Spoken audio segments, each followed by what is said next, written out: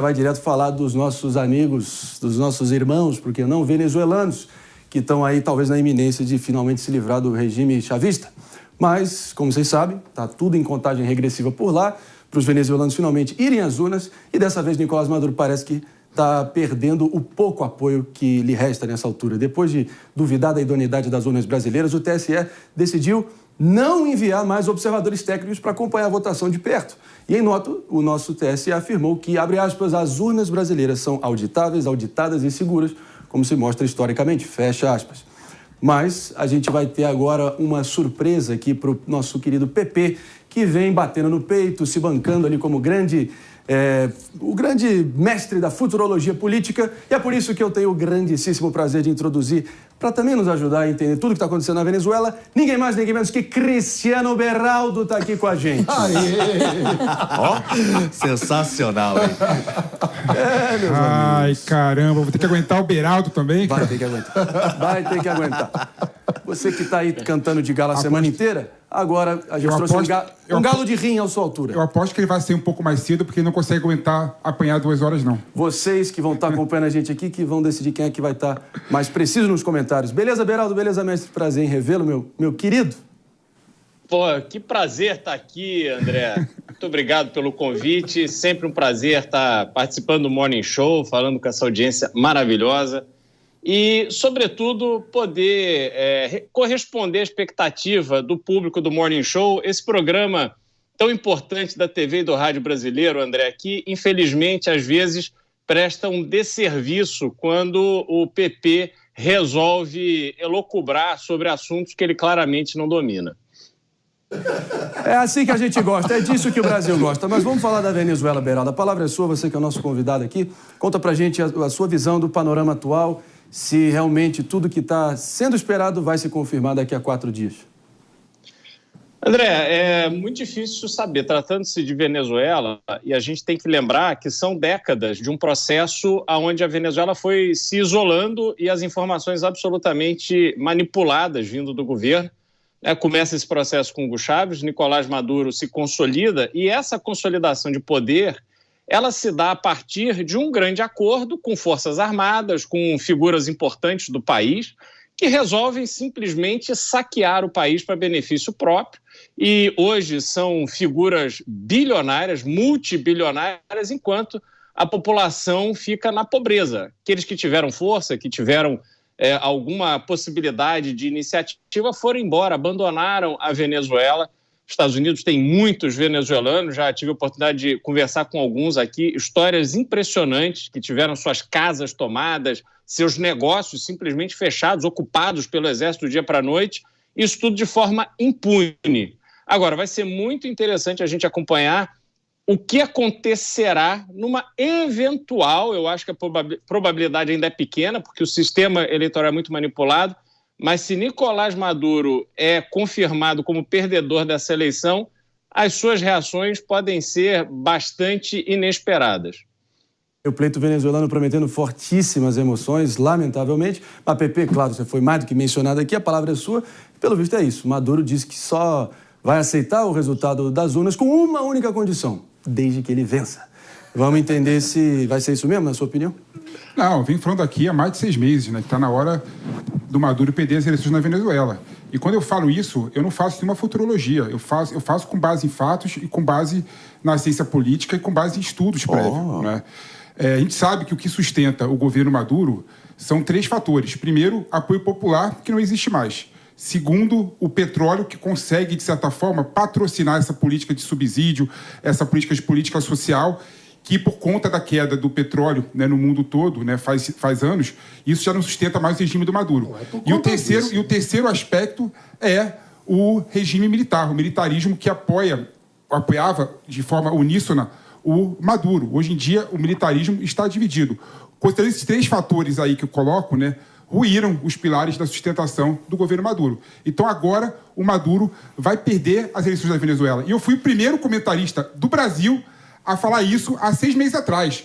Quando o Beraldo agora ele fala, eventualmente, a vitória da oposição, não é? Ele está falando agora algo que as pessoas estão começando a falar. Mas eu com base em estudo prévio, porque eu não presto desse serviço, como fala o Beraldo, para a população, né? Quando eu dou uma opinião, ela é estudada, ela é respaldada, Beraldo. Ao contrário de você, que faz proselitismo político o tempo inteiro, faz narrativas políticas sem nenhuma base técnica alguma, eu tenho um estudo prévio que respalda as minhas opiniões. Beraldo já vai encarnando o modo full pistola e a qualquer momento vai ter sua oportunidade de contrabalancear essa bela de uma cutucada matinal que o PP acaba de dar nele, mas eu quero muito ouvir a minha querida Maria de Carli, que está aqui com a gente, entende tudo e mais um pouco sobre política internacional.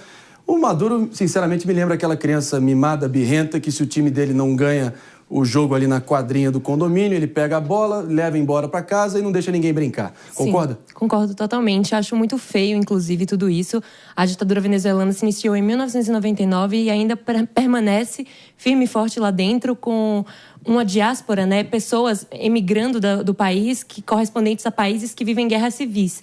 Ou seja, as condições não são das melhores para as pessoas que ali moram. E, engraçado, ontem eu estava até lendo uma pesquisa da Economist que afirmou que nas duas últimas eleições venezuelanas, a oposição sempre inicia com mais intenções de voto. Porém, eles afirmam que quem assume o regime venezuelano, quem apoia o regime venezuelano, tem mais propensão a ir votar. Então, não sei, acredito que vai ser um pouco mais o mesmo do que a gente viu nos últimos anos, hein? Trazendo mais uma informação aqui, mais um ingrediente, mais um personagem para esse enredo todo. Ele que é inimigo declarado de Nicolás Maduro, Javier Milei, porque não tinha que aparecer. Ele disse que não vai enviar, sob hipótese nenhuma, qualquer representante argentino para checar de perto as eleições venezuelanas. Além disso, ontem ele veio a público dizendo que a Venezuela retirou o convite que havia sido feito ao ex-presidente argentino, Alberto Fernandes, talvez um companheiro ideológico, para acompanhar as eleições do próximo domingo. Claro que esse desconvite, por assim dizer, foi oficializado depois de Fernandes afirmar que Maduro deveria deixar o poder caso ele perdesse a eleição, assim como o próprio Alberto Fernandes fez, goste dele ou não. Beraldo, o que você achou desse movimento? E também fica à vontade aqui para o contraponto. André, primeiro é interessante que o PP, ele acha só porque ele fez um curso de culinária em Harvard, ele pode opinar sobre tudo. Ele opina sobre economia, sobre política, e aí ele opina nesse modelo de bola de cristal. Quer dizer, você há 6 meses cravar que o Nicolás Maduro ia perder a eleição, nada mais é do que um chute contra a probabilidade maior de acerto. É só isso. Ele queria apostar sozinho na Mega Sena. Terá um vencedor. E aí, se Nicolás Maduro perder, qual é o mérito do PP? Ele não estudou nada, ele nunca foi a Caracas, ele não conhece a realidade da Venezuela para ficar aí palpitando. Várias coisas, várias medidas foram tomadas pelo Nicolás Maduro nesses últimos 6 meses que o levaram a essa posição. Movimentos certos do ponto de vista da defesa da eleição, da reeleição dele fraudada, e movimentos errados que o fizeram perder respaldo entre parte da população. Até que ele está aí fazendo dancinha, respaldo internacional, os amigos dele de sempre aqui da América do Sul se manifestando já de forma diferente em relação a ele. Então ele claramente está num momento de desespero. Javier Milei tem toda a razão, não tem que mandar ninguém lá. Aliás, é uma vergonha que o Brasil, em algum momento, tenha se colocado na posição de enviar emissários do TSE para referendar um processo eleitoral que já está fraudado desde o início. E outra coisa que eu queria colocar aqui para o debate, André, é se, no caso de Nicolás Maduro perder, porque lá é uma quadrilha, né? Então, quando o chefe da quadrilha perde o poder, o que acontece com ele? Ele não vive. Então, a minha pergunta é, será que acontecerá com Nicolás Maduro caso ele perca o apoio dos seus comparsas de quadrilha? Será que ele terá o fim que teve Saddam Hussein no Iraque? Boa pergunta, eu achei que mas vai que é sua, PP. Não, o Beraldo, ele fala demais, né? Ele acha que aqui é um podcast do Beraldo. Mas você provoca, né? Ele não quer participar de debate algum.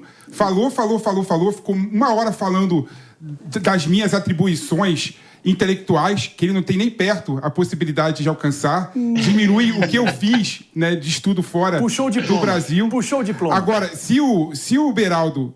o Beraldo olha ele assiste o Morning Show. Pepe, olha a tua pança, como é que eu tô diminuindo esse curso de culinária, Pepe? O Beraldo, ele assiste o Morning Show todo dia porque ele tem uma tara por mim. Ele não consegue ficar um dia sem me ver no Morning Show. Ele não consegue ficar um dia sem responder as minhas mensagens no WhatsApp.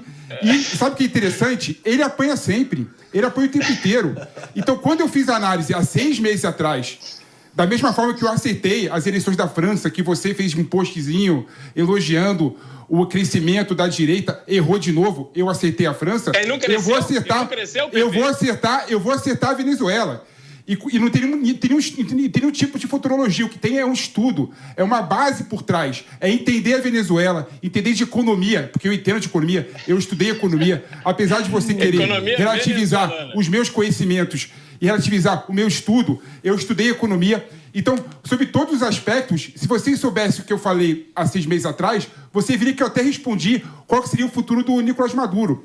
Primeiro que eu coloquei que o Nicolás Maduro, provavelmente no dia 28, vai estar pegando o avião ou para se auto-exilar em Cuba ou na Rússia.